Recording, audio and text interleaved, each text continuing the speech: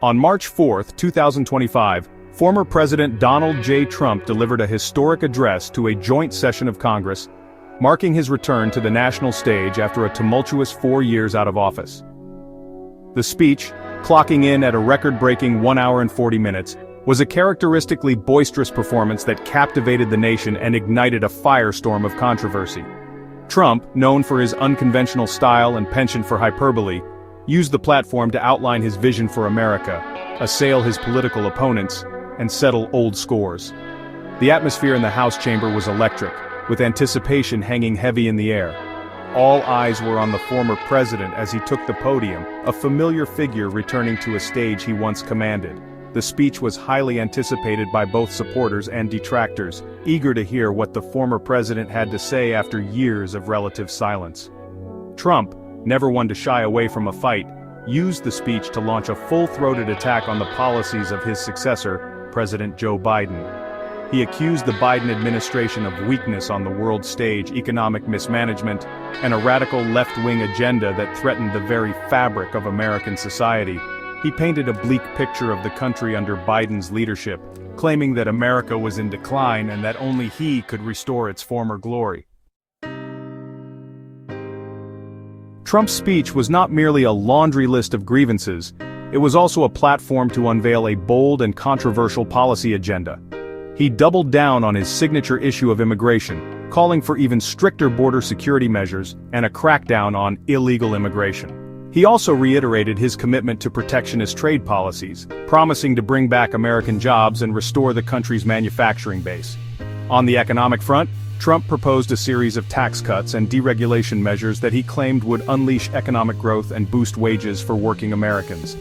He also promised to tackle the rising cost of living, particularly soaring inflation, which he blamed on the Biden administration's reckless spending policies.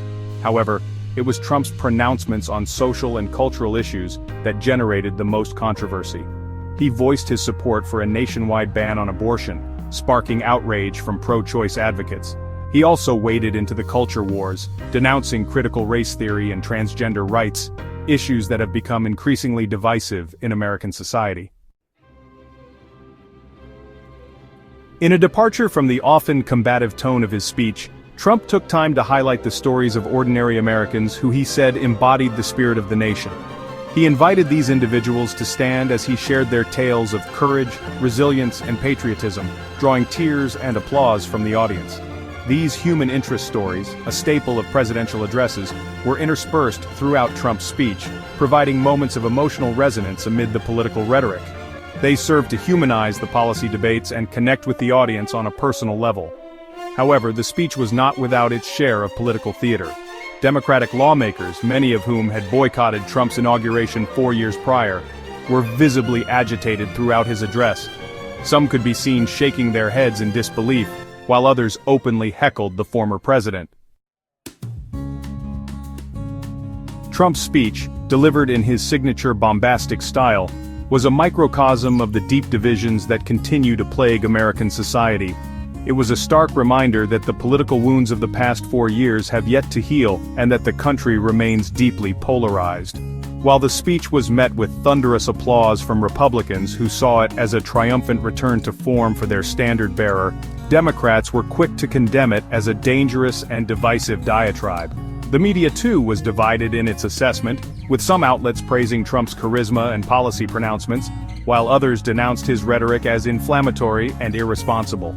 In the end, Trump's speech served only to deepen the partisan divide, further entrenching Americans in their respective political camps. It remains to be seen whether the country can find a way to bridge this chasm and move forward together, or whether it will continue to be torn apart by the forces of division and polarization.